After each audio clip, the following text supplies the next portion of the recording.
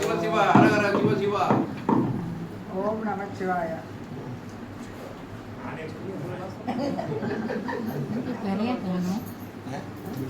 சிவன் பார்வதி மட்டுமில்லாமல் உங்களுக்காக இதோ நாரதம் வந்து கொண்டிருக்கின்றார்.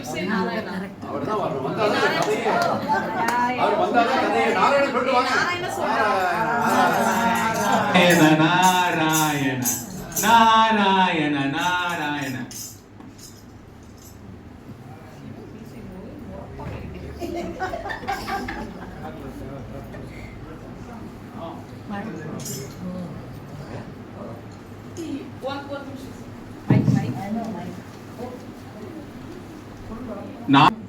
சிவனிடமிருந்து அந்த பழத்தை விநாயகர் வெற்றிகரமாக வாங்க உள்ளார் என்பதை குறித்து ஒரு நாடகம் பார்ப்போமா?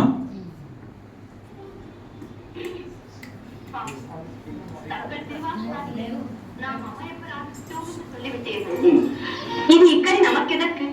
அத்துடன் வருங்கால பிள்ளைகள் கையில். அதனால் இதை அவர்களிடமே கொடுத்து விடுகிறேன்.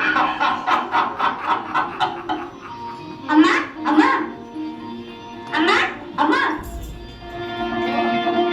பழம் எனக்கு இல்லையம்மா, எனக்குத்தான் பழம். முடியாது, நான் தான் முதல் பிள்ளை. பழம் எனக்குத்தான். இல்லையம்மா, நான் தான் செல்ல பிள்ளை, எனக்குத்தான் பழம். சரி சரி, இதற்காக இருவரும் சண்டை போட்டுக் கொள்ள வேண்டாம். ஆளுக்கு பந்து எடுத்துக் கொள்ளுங்கள். இல்லை இல்லை, பழத்தை பிரிக்க கூடாது. முழுப்படமாக சாப்பிட்டால் தான் பலன். என்ன நாரதா? உண்மை உண்மை. சுவாமி, இருவரும் கேட்கிறார்கள், இதை யாருக்கு கொடுப்பது? அப்படி கேள். இது ஞானப்படம். இதை பெற நம் பிள்ளைகளுக்கு தகுதி இருக்கிறதா என்பதை பார்க்க வேண்டாமா? ஆகையால் ஏதாவது ஒரு சோதனை நடக்கும். அதிலே யார் வெற்றி பெறுகிறார்களோ அவர்களுக்கு இதை கொடுத்து விடு. சரிதான். இந்த சோதிப்பது, சோதனைக்குள்ளாக்குவது, இதையெல்லாம் தேர்ந்தவர் தாங்கள் தான். என்னை பொறுத்தவரை பிறர் கண்கலங்கினால் என்னால் அதை சகிக்க முடியாது.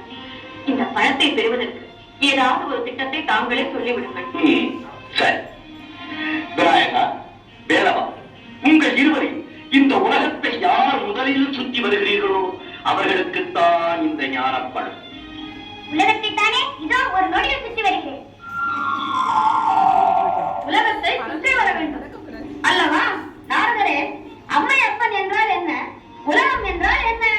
உலகம் தான் அம்மையப்பன், அம்மையப்பன் தான் உலகம். அப்படியானால் என் தாய் தந்தையை சுற்றினால் உலகத்தை சுற்றியதாகத்தானே அர்த்தம்? அதில் என்ன சந்தேகம்? உலகத்தையே ரச்சித்து காக்கும் லோகநாயகன் நாயகியை சுற்றி வந்தாலே அகில உலகம் பலவந்தனாக அர்த்தம். நன்றாக சொன்னீர்கள்.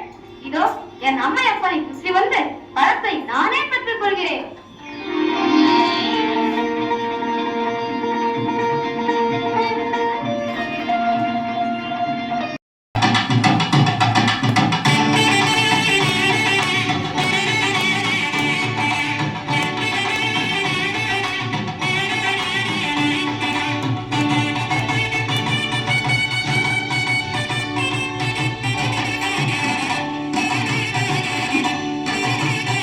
கணபதியே